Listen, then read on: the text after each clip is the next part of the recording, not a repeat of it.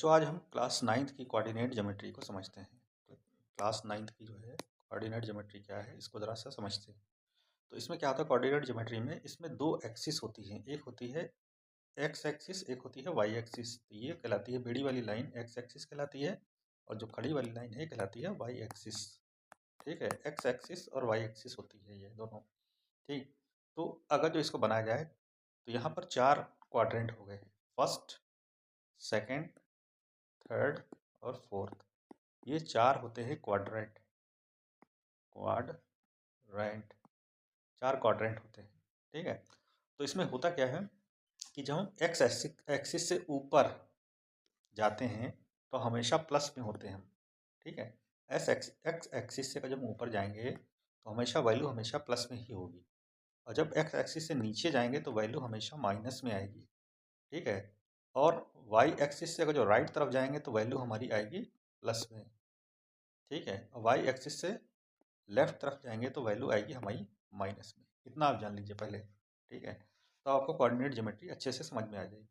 यानी x axis से जब हम ऊपर चलेंगे तो हमारी वैल्यू प्लस में होगी, नीचे माइनस में होगी, वाई एक्सिस से राइट में प्लस में होगी और लेफ्ट में माइनस होगी। ठीक है, तो ज़रा इसको हम थोड़ा सा अब काफ़ी विस्तार में समझते हैं, डिटेल में समझते हैं कि किस तरीके से होता है। ठीक, तो देखिए आप, जैसे ये है आपका एक्स एक्सिस और वाई एक्सिस। ठीक, यहाँ फिगर में देख सकते हैं इस तरीके से, ये फिगर है आपकी। तो एक्स एक्सिस है, ये एक्स एक्सिस है, ये वाई एक्सिस है। मान लीजिए आपका एक्स एक्सिस में कोई पॉइंट है, दोनों पॉइंट प्लस में है।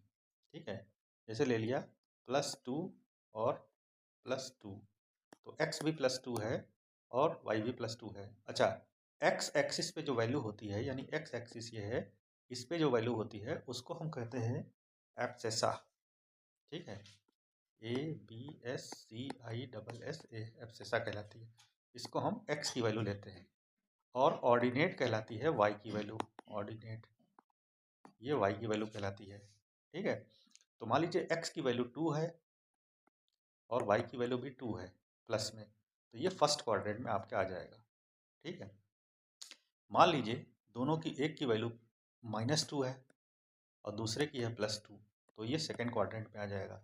यानी फर्स्ट क्वाड्रेंट में दोनों प्लस होते हैं, यानी इधर से एक्स एक्सिस चला, एक्स एक्सिस इधर से चला और इधर से चला वाई एक्सिस। ठीक है, तो प्लस प्लस में आ जाएगा। फिर एक्स एक्सिस इधर चलेगा तो माइनस, और ऊपर जाएंगे तो प्लस, तो माइनस प्लस आ जाएगा सेकंड क्वाड्रेंट में। थर्ड क्वाड्रेंट में इधर चले माइनस एक्स एक्सिस और वाई एक्सिस, फिर माइनस आ जाएगा, तो माइनस माइनस दोनों आ जाएगा। और फोर्थ क्वाड्रेंट में क्या हो जाएगा, एक्स एक्सिस प्लस चला, वाई चला माइनस में, तो प्लस माइनस आ जाएगा। यानी अगर जो हम फर्स्ट क्वाड्रेंट लें, ऐसे देखिए,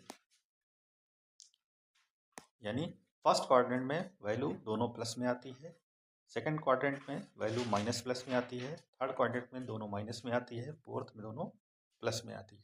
ठीक है, एक बार और समझ लीजिए इसको। ये आपकी एक्स एक्सिस है, ये वाई एक्सिस है। तो हम जब एक्स की तरफ चलेंगे तो प्लस, और ऊपर जाएंगे तो प्लस, ये आ गई प्लस प्लस। फिर इधर चले माइनस, और ऊपर चले तो प्लस में आ जाएगी। फिर इधर चले माइनस, नीचे आए तो माइनस, दोनों माइनस में आ जाएगी। फिर इधर चले प्लस एक्स एक्सिस, वाई में नीचे आ जाएंगे माइनस, तो प्लस और माइनस आ जाएगा। तो ये आपके चारों क्वाड्रेंट में इस तरीके से वैल्यू आती है। ठीक है, तो आपको समझ में आ गया होगा। अब हम थोड़ा और अच्छी तरह से समझते हैं इस चीज़ को। ठीक है, तो चलिए देखिए, ये वैल्यू यहाँ पर लिखा हुआ क्वाड्रेंट आपकी, फर्स्ट क्वाड्रेंट में प्लस प्लस, सेकंड क्वाड्रेंट में माइनस प्लस, थर्ड क्वाड्रेंट में माइनस माइनस, फोर्थ क्वाड्रेंट में प्लस माइनस। ठीक है, ओरिजिन जो होता है वो 0 0, यहाँ पर एक्स बराबर भी 0 और वाई बराबर भी 0, यानी ओरिजिन हो गया 0 0। ठीक है, तो ये आपका वो हो गया। अब मान लीजिए कोई पॉइंट हम लें। ठीक, तो हमने लिया 7,7, 7,7 लिया, तो 7 हम इधर चले 7, और 7 हम ऊपर चले 7। तो अब इस पॉइंट पे मान लीजिए पहुंच गए, तो यहाँ हो गया 7,7 +7, +7। ठीक है, अब ले लिया -1,5, तो -1 यहाँ चले और 5 चले ऊपर, तो पॉइंट यहाँ आ गया प्लस का। ठीक है, फिर आ गया 4,0, तो एक्स एक्सिस पे 4 चले और वाई 0 हो गया, तो कहीं नहीं चले, तो एक्स एक्सिस पे ही वैल्यू आ गई। फिर हमारा आ गया -6, -7, तो -6 इधर चले और -7 नीचे आ गए। ठीक है, तो ये आ गया 3, -4, अगर जो लेना है हमको, तो 3 हम इधर चले, -4 नीचे आ गए, 3, -4 वैल्यू आ गई। अब 0,2 लेना है, तो एक्स एक्सिस 0 ही रहा, वाई एक्सिस हो गया 2, तो यहाँ पर आ गया। ठीक है, तो ये आपको समझ में आएगा फिगर किस तरीके से ड्रॉ करते हैं। ठीक, अब चलते हैं हम आगे, देखते हैं कि हम कैसे प्लॉटिंग करेंगे। ठीक है, जैसे मान लीजिए आपका अब क्वेश्चन है y इजिकल टू, कोई इक्वेशन है माइनस का 2x प्लस 1, ये कोई इक्वेशन है। अब हमको ग्राफ बनाना है अपना इस तरीके से। ठीक है, अब इस पे हमको लाइन बनानी है। तो हम इसमें अगर जो टेबल बनाए हैं ये इस तरीके से, और ये ले लें हम y और ये ले लें हम x। ठीक है, या यहाँ लिख लें हम x, कैसे बना लेते हैं, ड्रॉ कर लेते हैं। ये कोई टेबल बना लें और ये लिख लें x, ये लिख लें y, और ये खाने बना लें 3 4। ठीक है, अब अगर जो x की वैल्यू हम 0 रख दें यहाँ पर, तो x बराबर जब हम 0 रख देंगे तो y इक्वल टू हो जाएगा 1। ठीक है, y इक्वल टू 1 हो जाएगा। ठीक, अच्छा, y इक्वल टू 1 हो गया। अब x इक्वल टू 1 ले लें, x की वैल्यू यहाँ पर 1 रख देंगे तो y बराबर हो जाएगा -2 इंटू 1 प्लस 1 बराबर माइनस का 1, तो वैल्यू हो गई -1। अब हम 1 ले लें, x इक्वल टू 1 ले लें, तो यहाँ 1 रखेंगे, -2 प्लस 1 तो मिलकर के आ जाएगा -1, सॉरी -1 ले लें तो माइनस माइनस यहाँ हो जाएगा +2 और +1 बराबर आ जाएगा 3 के, तो ये माइनस रखेंगे 3 आ जाएगा। अब जरा हम प्लाटिंग करें तो देखिए प्लाटिंग करेंगे तो यहाँ 0 0 आ गया। ठीक है, ये 1 ले लीजिए, ये 2 ले लीजिए इस टाइप से, और चूंकि x स्क्वायर -1 लेना है तो 1 ले लिया इधर, और 2 यहाँ आ गया, ये 1 आ गया, ये 2 आ गया, ये 1 आ गया, ये 2 आ गया। ठीक है, x इक्वल टू 0 हम ले लें तो y इक्वल टू 1 हो गया, तो यानी ये पॉइंट आ गया, ये पॉइंट क्या हो गया 0,1। ठीक है, x इक्वल टू 1 ले लें तो y इक्वल टू -1 आ गया, -1 का मतलब ये यहाँ पर आ गया, ये पॉइंट आपका हो गया -1, ये पॉइंट हो गया। ठीक है, अब हम ले लें -1 ये आ गया, और इसकी वैल्यू होगी 3 प्लस में ऊपर जाएगा, 1 2 3 ये यहाँ आ गया।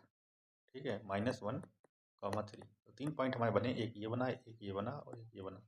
अब अगर जो लाइन मिला के ड्रॉ करेंगे तो इस तरीके से ये लाइन बनेगी, एक सीधी लाइन आएगी, क्योंकि हमने रफ आइडिया बनाया है। तो इस तरीके से लाइन हम बनाते हैं, टेबल से ड्रॉ करते हैं। ठीक है, फिर एक क्वेश्चन और लेते हैं, हम इसका एग्जाम्पल समझते हैं हम कोऑर्डिनेट ज्योमेट्री का। तो 2 लाइनें लेनी हो तो 2 लाइनें भी इस तरीके से हो जाती हैं। ठीक है, अब अगर जो मान इसमें एक होता है कि जैसे मान लीजिए ये आपका क्वाड्रेंट है, ठीक, अब यहाँ पर 2 पॉइंट हैं, मान लीजिए एक पॉइंट ये है, एक पॉइंट ये P है, ये मान लीजिए Q है। अब ये मान लीजिए है x1, ये है y1 पॉइंट, और ये है आपका x2, y2 पॉइंट। अब पूछते हैं पी क्यू के बीच में डिस्टेंस क्या होगी, यानी डी आपको निकालना हो डिस्टेंस, तो कैसे निकालेंगे। तो इसके लिए फार्मूला होता है, वो जान लीजिए आप, पी क्यू इक्वल टू होता है √x1 माइनस x2 का whole square plus y1 minus y2 का होल स्क्वायर, ये फार्मूला होता है हमारा। ठीक है, कैसे लिख देते हैं फार्मूला, ये पी क्यू बराबर होगा √x1 माइनस x2 का whole square plus y1 minus y2 का होल स्क्वायर, ये फार्मूला लगेगा। अब मान लीजिए वैल्यू हो आपकी 2,4, ये वैल्यू हो 5,6। ठीक है, तो इसकी हम बीच की डिस्टेंस अगर जो हम निकालें दोनों पॉइंटों की, तो डिस्टेंस क्या हो जाएगी, x1 की जगह 2 रख देंगे और x2 की जगह 5, तो 2 माइनस 5 का होल स्क्वायर प्लस 4 माइनस 6 का होल स्क्वायर, y1 ये हो गया, ये हो गया y2, ये x1 है, ये x2 है। ठीक है, तो अंडर रूट निकाल लिया, और यहाँ पर आ जाएगा -3 का स्क्वायर 9 प्लस यहाँ 2 बचेगा, 2 का स्क्वायर 4, तो √9 + 4 यानी √13, पी क्यू की वैल्यू √13 आ जाएगी। ये भी एक फार्मूला है, इस तरीके से लगाते हैं सॉल्व। ठीक है, तो हम समझते हैं कोऑर्डिनेट ज्योमेट्री आपकी समझ में आ गई होगी। कुछ पूछना हो तो कमेंट में पूछ सकते हैं।